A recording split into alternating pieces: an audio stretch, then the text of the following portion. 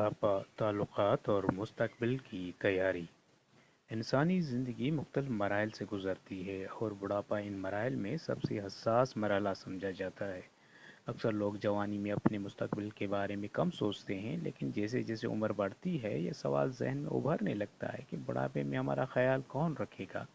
یہی خوف بعض اوقات انسان کو بے چین اور پریشان کر دیتا ہے۔ بڑھاپا کوئی بوجھ نہیں بلکہ زندگی کا ایک فطری حصہ ہے جسے عزت، محبت اور سمجھداری کے ساتھ گزارا جا سکتا ہے۔ انسان کی اصل طاقت اس کے رشتے، تعلقات، سماجی روابط ہوتے ہیں۔ اگر انسان آج اپنے ارد گرد محبت، ہمدردی اور تعاون کا ماحول پیدا کرے تو کل یہی لوگ اس کے مشکل وقت میں سہارا بنیں گے۔ انسان کو اپنے مستقبل کے لیے ابھی سے چھوٹے چھوٹے اقدامات شروع کر دینے چاہیے۔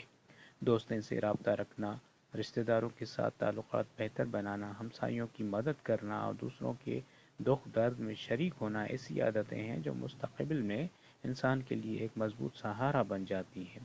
اس طرح بڑھاپے میں انسان خود کو تنہا محسوس نہیں کرتا۔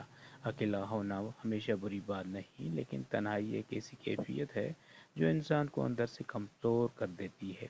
اگر انسان اپنی دلچسپیاں، مشاغل اور خوشیاں زندہ رکھے تو وہ ہر عمر میں خوش رہ سکتا ہے۔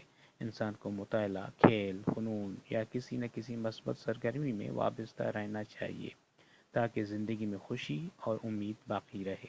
بڑھاپے سے ڈرنے کے بجائے اس کی تیاری کرنی چاہیے۔ محبت، تعلقات، مثبت سوچ اور اچھی عادتیں انسان کو نہ صرف ایک بہتر زندگی دیتی ہیں بلکہ مستقبل میں سکون اور اطمینان کا ذریعہ بھی بنتی ہیں۔